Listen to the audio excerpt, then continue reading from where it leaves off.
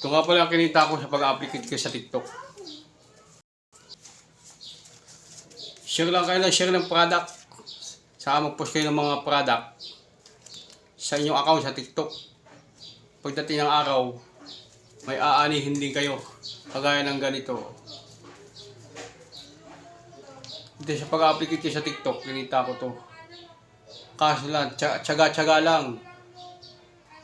Share lang ng share, post lang kayo ng post ng product. Dadating din ang araw, kikita rin kayo. Mag-aana rin kayo. Huwag kayong magmadali. Kagaya nito, halos 5 buwan. Ito ang kinita ko. Kapag share ng product, ito ang kinita ko. Kaya mga kabisyo, share lang na sa product ng link. Tsaga-tsaga lang, sipag, tsaga. Kikita din kayo. Yun lang.